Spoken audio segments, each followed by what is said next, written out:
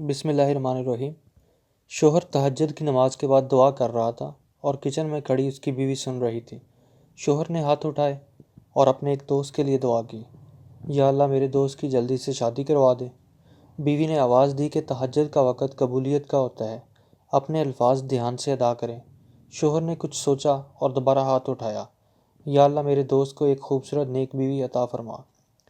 بیگم بھاگتے ہوئے آئی اور غصے میں بولی، مجھے معلوم ہے اس دعا کا مقصد کیا ہے۔ شوہر نے حیران ہو کر پوچھا، ایسی دعا کرنے میں حرج ہی کیا ہے؟ بیوی نے کہا، آپ کیا سمجھتے ہیں کہ میں پاگل ہوں؟ آپ کو کیا لگتا ہے میں نے وہ حدیث نہیں سنی کہ جب کوئی مسلمان بھائی کے لیے دعا مانگتا ہے تو اس کے پیچھے اللہ ایک فرشتہ بھیج دیتا ہے جو ساتھ دعا کرتا ہے اور کہتا ہے، اے اللہ اسے بھی یہی چیز عطا فرما۔ شکریہ۔